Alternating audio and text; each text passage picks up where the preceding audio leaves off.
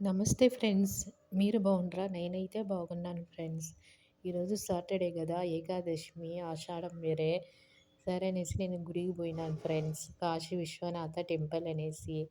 ఎట్టో నేను పోయేలకి బేగమేస్తా ఉండ్రు. సరే లోపలికి పోయేసి నేను కొంచెంసేపు కూర్చొని దండం పెట్టుకొని వచ్చినాను. గుడంతా లోపల చూసినాను ఫ్రెండ్స్.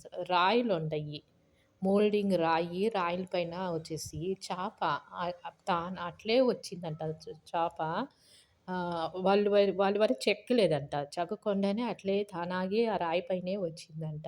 ఆడ చానా మిరాకిల్ జరుగుతా ఉంది.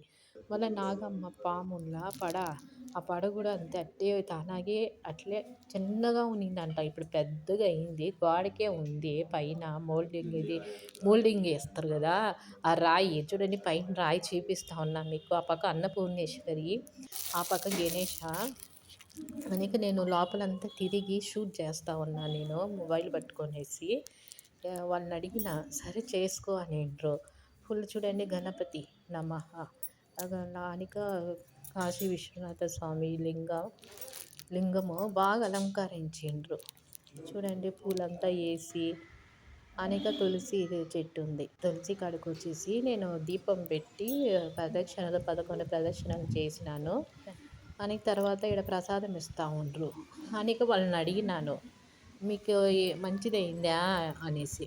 నేను ఇంట్లోనే ముక్కున్నాను. ఇంట్లో సుబ్రహ్మణ్యం ఉన్నారు, ఆయనకి ముక్కున్నాను. ముక్కుంటే నాకు అయింది. 10 మందికి ప్రసాదం పెట్టు అనిండ్రు. అందుకే నేను ఇక్కడికి వచ్చి పెడతా ఉన్నాను నేను పవాడ వాళ్ళని అడిగినాను. ఇయ్యాలబ్బా!